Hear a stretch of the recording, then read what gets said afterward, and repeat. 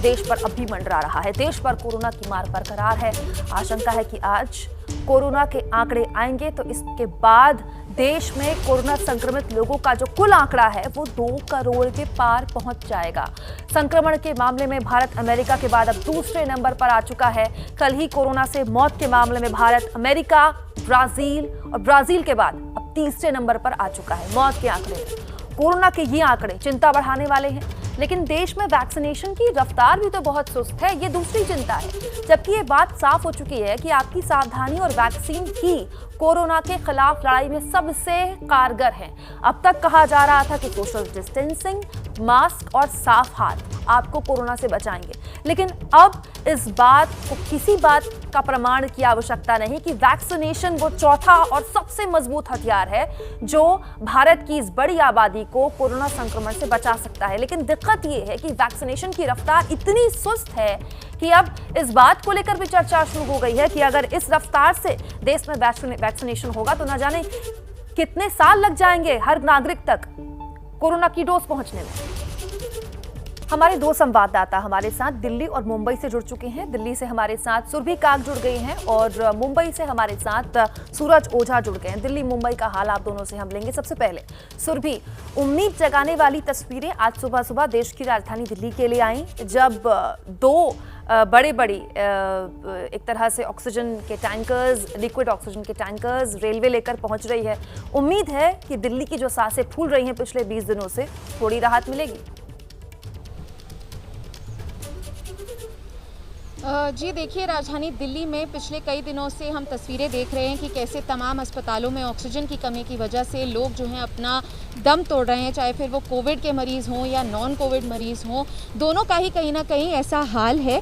तो ऐसे में अगर हम आपको जानकारी दें तो देखिए, आज कुल राजधानी दिल्ली में 85 metric ton 120 metric ton oxygen जो है वो पहुंचने की उम्मीद है। तुगलकाबाद में लगभग 11 बजे ये एक्सप्रेसवे जो है पहुंचेगी 6 टैंकर्स लेकर। और वहीं अगर एनसीआर की बात करें तो गुड़गांव में भी शाम 3 बजे, लगभग दोपहर 3 बजे भी ऑक्सीजन टैंकर जो हैं वो पहुंचेंगे 85 मेट्रिक टन ऑक्सीजन लेकर। तो कहीं ना कहीं राजधानी दिल्ली समेत एनसीआर के लोगों के लिए एक अच्छी खबर है, क्योंकि हम देख रहे हैं कि लगातार दिल्ली सरकार भी जो है ये मांग कर रही है कि ऑक्सीजन कि जितनी उनको ज़रूरत है उतना ऑक्सीजन उन्हें मिल नहीं पा रहा है। हालांकि इस पर भी हमने देखा कि कैसे राजनीतिकरण किया जा रहा है। राजधानी दिल्ली की जो सरकार है वो कह रही है कि वो लगातार केंद्र सरकार से जो है ऑक्सीजन की मांग कर रही है। जी बिल्कुल सुरभि, आपने वैक्सीनेशन सेंटर की तस्वीर भी दिखाई और हमें जानकारी भी दी। सूरज हमारे साथ जुड़े हुए मुंबई से।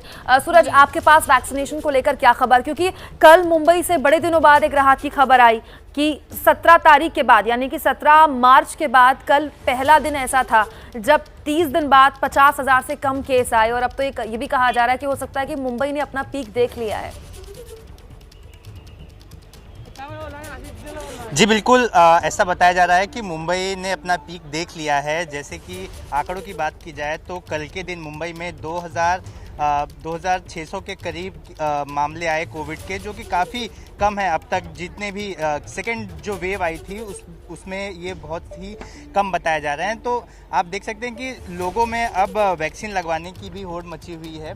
ये आज मुंबई में जो 45 के ऊपर के जो लोग हैं उन्हें वैक्सीन की दूसरी डोज लगाई जाएगी। उसमें जिन्होंने कोविन ऐप पे अपना रजिस्ट्रेशन कराया है या फिर वो वॉक इन भी आ सकते हैं, मतलब डायरेक्टली भी यहाँ पर आके अपना वैक्सीन लगवा सकते हैं। तो आज जो 45 के ऊपर हैं उसमें सिर्फ सेकेंड डोज वालों को आज बुलाया गया है। साथ ही जो यंग ब्रिगेड है 18 से 44 के बीच में, ऐसे लोगों को कुल 5 ऐसे सेंटर्स हैं मुंबई में, वैक्सीनेशन सेंटर, जहां पे इन्हें पहली डोज लगेगी। वो भी सिर्फ 500 मतलब कुल 2500 लोगों को ही वैक्सीन लगाया जाएगा। और ये 2500 लोग वो होंगे जो 18 से 44 साल के एज ग्रुप के बीच में होंगे। तो मुंबई में इस तरह से जो वैक्सीन की कमी है, इसके चलते बहुत ही मतलब माइक्रो मैनेजमेंट के स्तर पर लोगों को वैक्सीन दी जा रही है। साथ ही जो सेकेंड डोज भी दी गई है। आप ये भीड़ देख सकते हैं, ये मैं यहाँ पे जो मैं जहाँ खड़ा हूँ, ये बीकेसी का जंबो कोविड वैक्सीन सेंटर है। ये मुंबई का सबसे बड़ा वैक्सीनेशन सेंटर है। यहाँ पे जो भीड़ लगी है, ये भीड़ आप देख सकते हैं, 45 जो एज ग्रुप है उसके ऊपर के लोग हैं, साथ ही यंग ब्रिगेड भी यहाँ पर। बिल्कुल सूरज, देखिए ना क्या विवादास्पद और क्या विरोधाभास आप इसे कहेंगे कि सेंटर का नाम जंबो है लेकिन जो डोजेज हैं वो केवल 2500 है। मुंबई की जनसंख्या और संक्रमण के लिहाज से ये ऊंट के मुंह में जीरा जैसा है। सुबह से लगातार एबीपी न्यूज कोरोना के आंकड़ों, उसके मामलों, उसकी जुड़ी जानकारियों को लेकर आपको कर रहा है जागरूक, ताकि आप रहें सतर्क। लेकिन उसका फायदा क्या, क्योंकि लोगों की जान लेने के लिए कोरोना मुंह बाहे खड़ा है। इस खतरे के बावजूद लापरवाही में किसी तरह की कोई कमी नहीं है।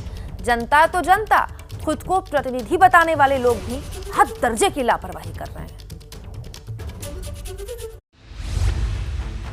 ऊंट पर सवार ये जनाब जनता के चुने हुए प्रधान नहीं बल्कि प्रधानपति हैं। ये वो हैं जिनकी पत्नी को प्रधान चुना गया है, लेकिन ये खुद को कानून नियम सबसे ऊपर समझते हैं। राठौड़ गांव में पत्नी को नव निर्वाचित प्रधान बनाया गया तो पति ऊंट पर बैठकर जश्न मनाने निकल पड़े। इस दौरान गांव वालों की भी भारी भीड़ मौजूद थी। देखिए किस तरह लोगों के चेहरे से मास्क गायब है। सोशल डिस्टेंसिंग की तो परवाह ही नहीं। वैसे जनाब का वीडियो वायरल हुआ तो सजा भी मिल गई। पुलिस तक मामला पहुंचा और मुकदमा दर्ज करते हुए उसे गिरफ्तार कर लिया गया। विजय जुलूस के नाम पर सड़क पर उतरा हुजूम। जीत किनारे लगाना तो ये लोग नहीं भूले, लेकिन मास्क लगाना जरूर भूल गए। तस्वीरें सदर कोतवाली इलाके की हैं, जहां जीते हुए एक प्रत्याशी ने लॉकडाउन की जमकर धज्जियां उड़ाई। देखिए किस तरह फूल माला पहनाई जा रही है। इस बीच नेताजी ने मास्क लगाने की भी जहमत नहीं उठाई। ये सीधे सीधे चुनाव आयोग, कोर्ट, सरकार सबके आदेश का उल्लंघन है। जनता की सलामती का वादा कर चुनाव जीते, लेकिन जीत के जश्न में उन्हीं वादों को तार तार कर दिया। भीड़ में नजर आ रहे इन चेहरों को ध्यान से देखिए, न मास्क है न दूरी वाली सावधानी। वैसे इस जश्न के बाद पहली बार ग्राम पंचायत का चुनाव जीतने वाले सत्य प्रकाश मुसीबत में आ गए हैं, क्योंकि समर्थकों के साथ नेताजी पर भी कार्रवाई की तलवार लटक गई है। इसी लापरवाही का असर है कि उत्तर प्रदेश में पिछले 24 घंटे में कोरोना के 29,192 नए केस सामने आए और 288 लोगों की मौत हुई।